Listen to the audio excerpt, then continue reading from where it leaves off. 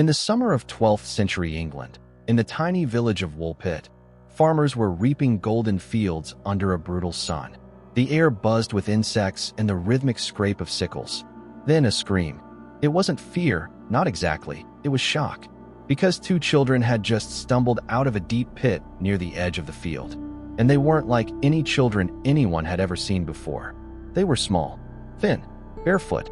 Their clothes shimmered like some kind of woven metal, a texture no one recognized. But what froze everyone still was their skin. It was green, not olive, not sickly, green like new leaves after a rain. The boy clung to his sister's hand, both trembling, whispering in a language no one could understand. They looked terrified.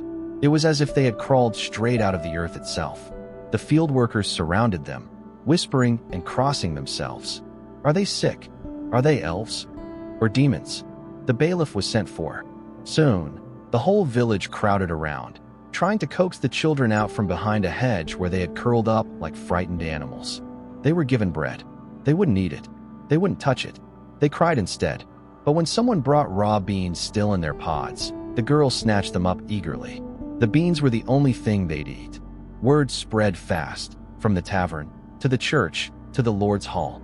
Sir Richard de Conn, a local noble, took the children into his home out of pity. He gave them baths, clothes, a bed, but the servants whispered that their skin glowed faintly under candlelight. And even though the boy began to learn English, he'd still cry in his sleep, mumbling words no one knew.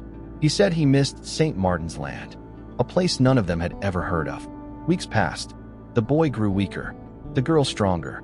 When she finally spoke enough English to explain where they came from, her story made the hairs on everyone's arms stand up. She said they came from a place where the sun never shone, where everything, the sky, the land, the people, was green. She said they lived underground, and they had followed the sound of church bells, wandering through a cave until they came out into Woolpit. The boy didn't survive long after that. One morning, they found him lifeless in his bed, no wounds, no illness, just gone. The girl wept for days, refusing to eat, until finally, she began to recover. Her skin slowly lost its green hue. But every night, she'd sit at her window, staring out toward the fields, whispering softly in that strange language, calling for her brother. And villagers began hearing echoes, whispers from the pit. Life went on in Woolpit, but something had shifted. Farmers swore that their tools went missing overnight, only to reappear in strange places. Livestock wandered to the pit and refused to move. Sometimes at night, children said they saw green hands reaching up from the soil before fading back into the dirt. The adults scolded them for lying, but the adults also stopped working near that pit after sundown. The girl stayed with Sir Richard. She was baptized, learned English fluently, worked as a servant, but she never seemed to fit in. Her laughter was too loud, her silences too long. She said she couldn't dream properly anymore, that the sky here makes the dreams fade. Years later, she told one of the maids that she remembered her people, the green ones, watching her from cracks in the ground, waiting for her to return. Then, one morning, she was gone. Her bed was untouched, her window open. There were no footprints, no signs of struggle, just the faint smell of wet earth in the room. Some said she ran away to another village. Others whispered she went back underground, back to St. Martin's Land. A few farmers claimed to have seen faint green lights moving near the pit that night, like lanterns or eyes.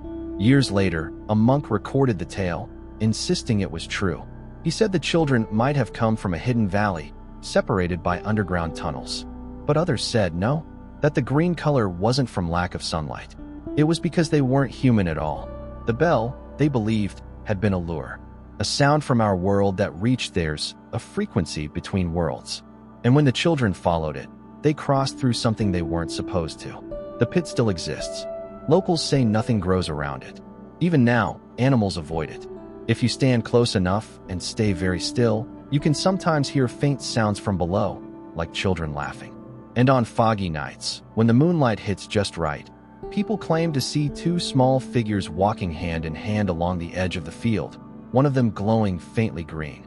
It's been over 8 centuries, but the story refuses to fade.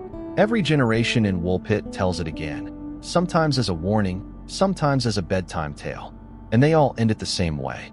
If you ever hear church bells coming from underground, don't follow the sound, because you might end up in the wrong world and never find your way back. And just like that, the two green children vanished, one into the earth and the other, maybe, into legend. You've been listening to The Moon Camp, where the night never ends and the stories never really sleep. I'm Papa Joe, reminding you, not everything that walks among us comes from where we think. So what do you believe?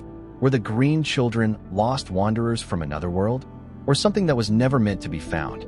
Drop your thoughts below, and until next time, keep your lights low and your curiosity wide open. Full moon.